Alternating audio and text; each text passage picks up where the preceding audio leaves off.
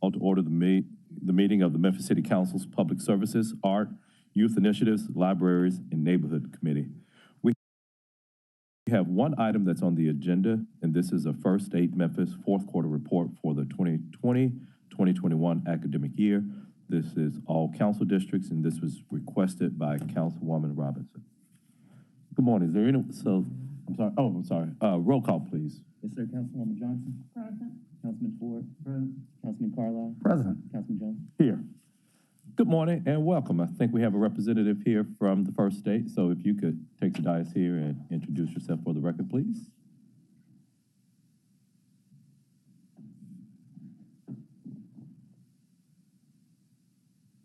Good morning. Good morning. If you would hit the green button there. Well, the push Okay. button there. Is that better? Yes. Okay. Good morning. I'm Dr. Candace Thomas with First State Memphis. Nice to see you this morning. Good morning in person for the first time. What'd Well, you no, say? This is my second time yeah, that's in right. person. Yep. It's usually been via GoToMeeting. Indeed. Are you able to show my slides, or would you like me to just? Oh, perfect. Okay, thank you. So, as you all know, First State Memphis presents to you quarterly on the pre-K program that the City of Memphis and Shelby County funds. These are pre-K dollars that you allocate to First State Memphis that you have been allocating over the past 2 years, and this is our third year running this program. And you may remember that our main goal for this program is to make sure that Memphis and Shelby County has universal needs-based pre-K. So that means that every income-eligible 4-year-old has access to a pre-K seat. We have reached our goal for this year. You may remember that the goal was over the last 3 years to increase the number of pre-K seats in the community. And so we have increased the number. We have approximately 8,500 needs-based pre-K seats in Memphis and Shelby County. So that is in terms of the total number of seats that are available. Next slide, please. So as you know, this program was based on an outcomes financing model. So we had to determine what outcomes we're going to use to track our accountability to all of you and to the public. And so the first year we had the 3 outcomes on the left, and then last year and this school year we have the increased number of outcomes on the right. And you may remember we increased the outcomes because of COVID, and we wanted to make sure that we were really tracking much more than attendance, enrollment, and pre-K growth. We wanted to make sure students and their families were being supported throughout the pandemic. Next slide, please. So this fourth quarter, I'm presenting to you on the fourth quarter. So that is April 16th to June 16th, so very at the end of the school year. At that point, 97% of our classrooms were in person. You remember at the beginning of last year, we had 100% that were either online or some sort of hybrid model. And by the end of the year, as you all know, most of our students across the county were in person and a few were hybrid. Next slide, please. You asked us to track enrollment and attendance, and what you see here is by the end of the quarter, we had roughly 1,200 students enrolled. And what we see in pre-K year after year is that every quarter we get more and more students enrolled. So this is just of our 80 classrooms. We had 1,480 capacity, and we enrolled 1,237 by the end of the school year. Next slide. And in terms of our attendance, we did really well during a COVID year. We had 84% of our students meet satisfactory attendance. Next slide. One of the accountability measures that we put in to our program last year was tracking synchronous learning, and that just means teachers teaching students face to face. And so at the end of the quarter, we actually saw less synchronous learning than we did previously. And we think that's because by the end of the school year, tablets were being collected and other things were happening in the classroom that accounted for less synchronous learning. Next slide, please. First State Memphis, as a part of our work with all of you, we do continuous performance improvement reviews, And the last quarter of the school year, our team was amazing, and they conducted 100% of those reviews. This slide basically highlights what we saw that were extraordinary practices, and then what were some of the challenges that we saw in that last quarter. Next slide, please. You asked us to track what do families need. So we do track family support needs. And in that last quarter, a lot of families said they wanted more access to adult education.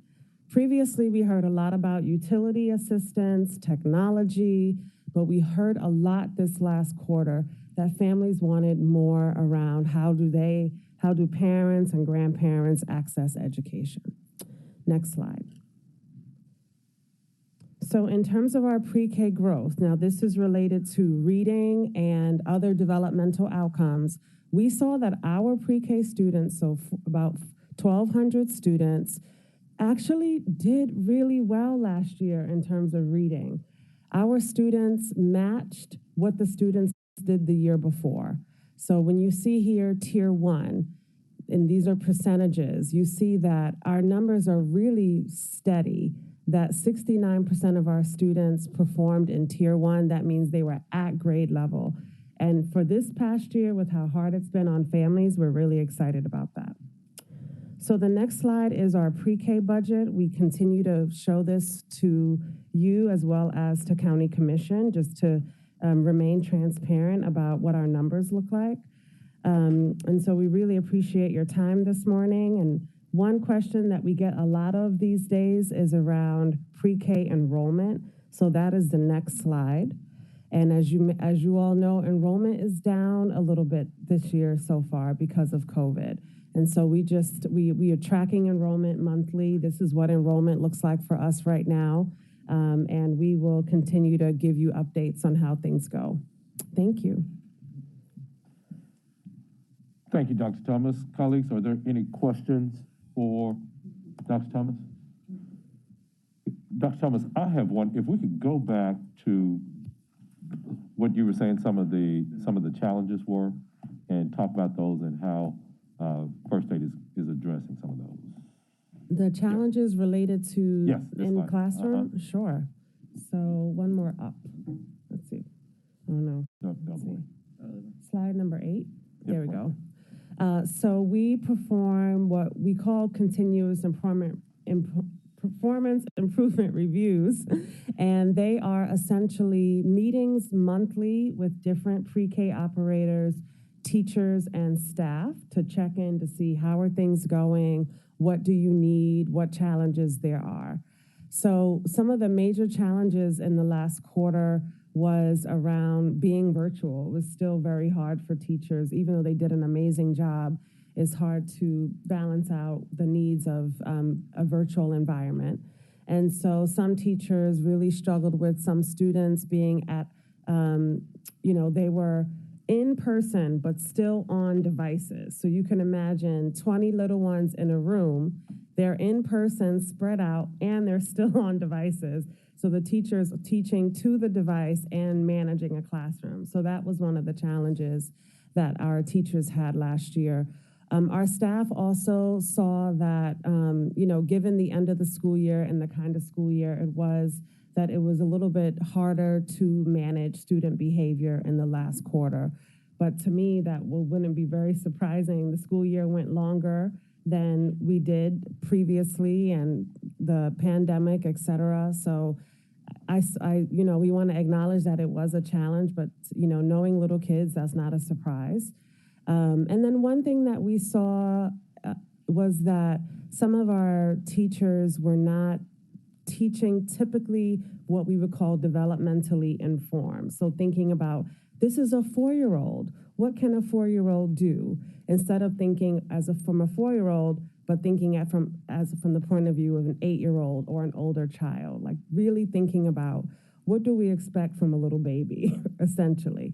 And so that was one thing that we saw, was that we would hope teachers would really be thinking about, what does this 4-year-old need? Okay. And then on another slide, you talked about what some of the parents were saying, adult education, some of those. What are, and I often say that Memphis as a city, may not be in the education business anymore, but we are always in the children business because most of the children who are enrolled, whether it's Shelby County, whether it's in this pre-K, they are Memphians. So outside of the adult education, is there anything that the city can be doing to help with those wraparound services, or where are there any blind spots that we have? Oh, thank you. That's such a good question. So you see that, we track greatest needs, and then we also ask the wraparound service providers, what supports do you give? And so you see that in the blue box. One thing that we want to do a better job of with wraparound is not just give supports, but how do we make sure families are actually receiving the services? So just because we say, go to this place for this support, there needs to be additional follow-up or case management to make sure that they're seeking the services that they need. So this could be something that we continue to talk about, like how do we improve our wraparound supports? So it's just not a referral, but it's actually, in some cases, holding a family's hand, making sure that they're getting what they need. Okay, thank you. Yes, Councilwoman Johnson. Good morning. Thank Good you so morning. much for that presentation. Thank you. My question is in regards to the first slide that you presented. It had a goal of 8,500 students. How are we working on that? How's that coming along? Your funding, the city council funding plus county commission funding allowed us, you may know that you increased your funding over these 3 years, and that allowed us to increase the number of classrooms that we were able to support to get to the 8,500. So those are available seats. This year, because of COVID, all of our seats are not filled, but we hope, obviously when we get out the pandemic, we'll be able to fill the seats.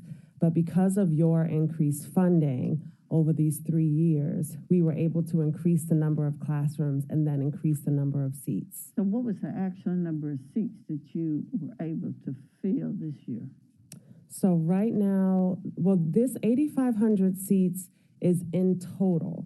So that's First Aid Memphis, Shelby County Schools, charter schools, child care. It's regardless of funding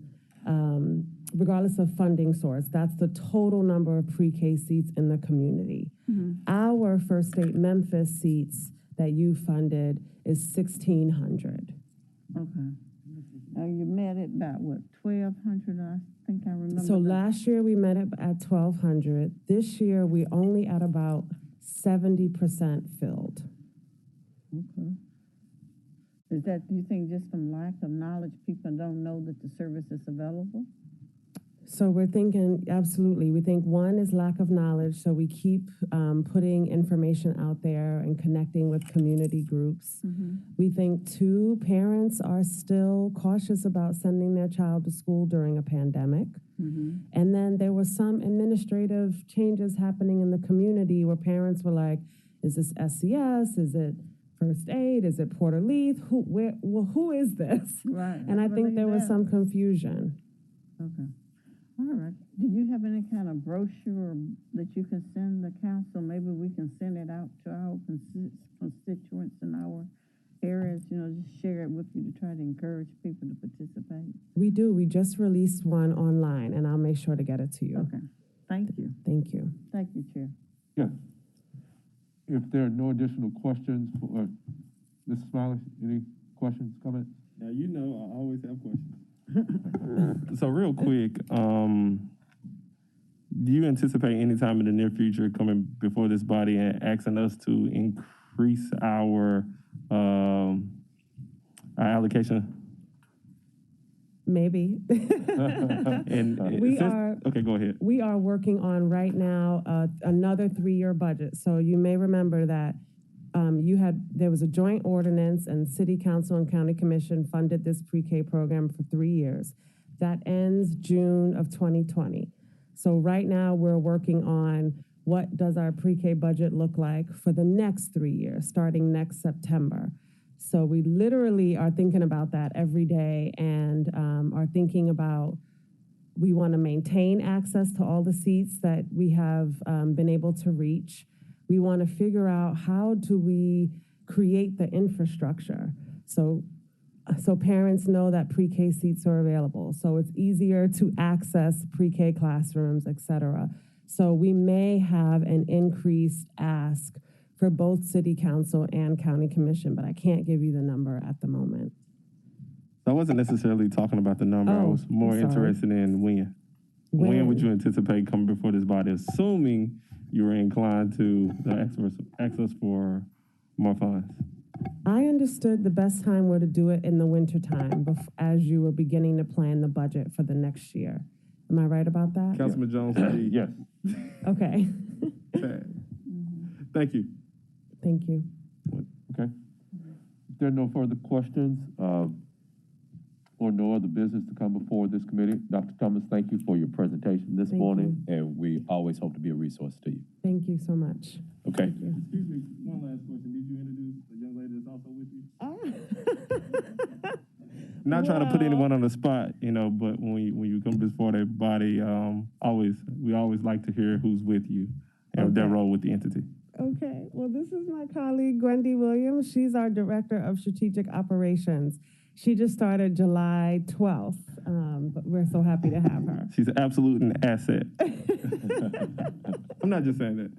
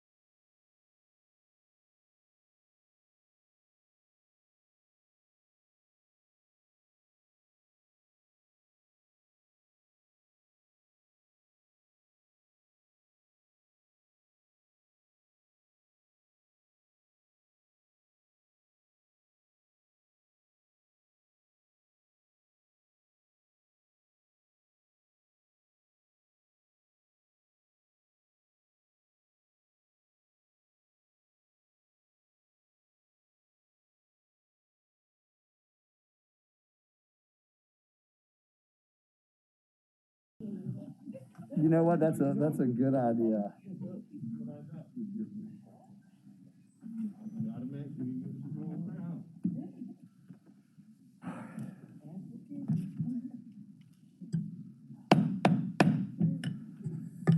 Colleagues, good morning. It is 9:36 on Tuesday, October 19th, and I hereby call to order the Personnel and Governmental Affairs Committee of the Memphis City Council. Ms. Owens, would you please call the roll? Councilman Smiley. I'm present. Councilwoman Johnson. Present. Councilman Ford. Present. Councilman Jones. Here. Councilwoman Easter Thomas. Present for this side. Chairman Carlisle. No doubt. Chairman Carlisle, can you just give it up for her first roll call? Yeah, absolutely. For those listening around the world tuned in today, we have a new member to our staff, two new members officially on board, Ms. Brianna Owens and Ms. Brittany Wright joining us. We're very excited, so welcome, welcome. Setting the bar high here. Colleagues, we have two items on today's agenda. Item number one, the appointment to the Memphis Alcohol Commission of Mr. Brian E. Harris. Mr. Harris, if you'll come forward and give us your name and address for the record, and just a little bit about yourself, please, sir.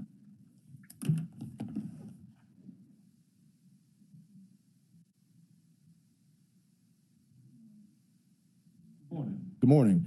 Brian E. Harris, 109 North Main, Unit 505. So native Memphian, been here all my life. I'm a undergraduate of Bethel University, which is outside of McKenzie, Tennessee, with a degree in organizational leadership. And I'm currently pursuing my executive MBA with 5 classes to go with a 4.0 grade point average right now. Thank you, sir. Lifelong member of Mississippi Boulevard Christian Church, where I serve on various boards. I've also served on the board for Memphis. We feed the homeless for downtown for the city of Memphis, where Mississippi Boulevard is a partner. Professionally, now I'm with Best Buy. I was asked to return, so I oversee the market for the city of Memphis for Best Buy Incorporated. I've also served on various boards as far as ethics committees when it comes to human resources, and a lot of volunteer boards in the city as well. Thank you, Mr. Harris. Colleagues, any questions or comments for our appointee? Thank you for your willingness to serve. Thank you, sir. All right, seeing no other members in the queue, we'll take this to a voice vote. All those in favor signify by saying aye. Aye. All those opposed, same rights and privileges.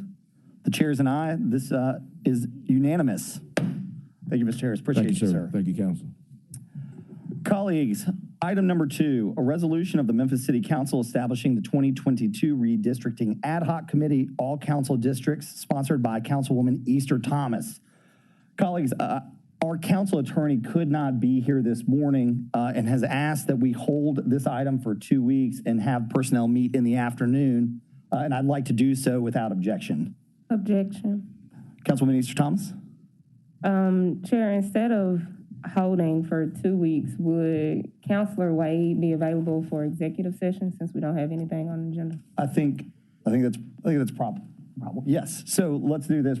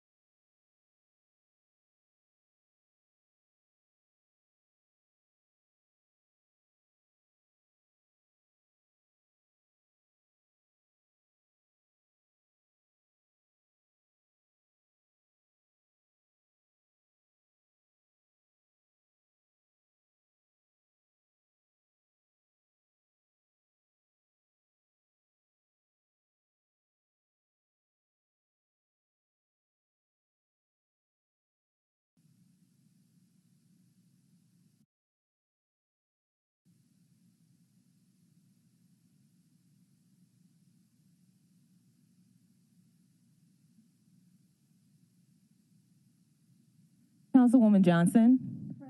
Councilman Ford. Councilman Jones. Councilwoman Robinson. Councilwoman Easter Thomas. Present.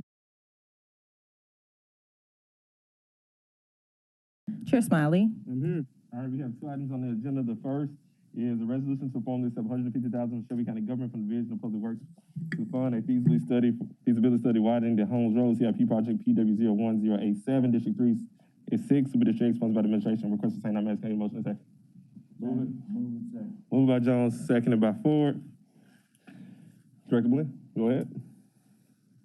Yes, sir. So, we had some discussions with, the county regarding evaluation, determination of what, potentially Holmes Road could be in terms of configuration for traffic. This area is, to look at Holmes Road between 3rd Street and Craigwood, Drive, which is just east of the existing railroad, in that location. And so, what's presently in front of you is to accept the funds that Commission and Shelby County has submitted to us for acceptance to look at the study of the feasibility of that area.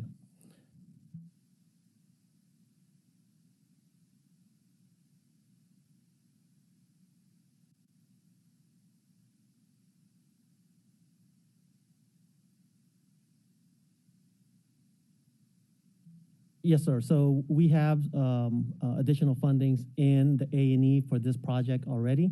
And we're participating at least $150,000 towards the feasibility study as well.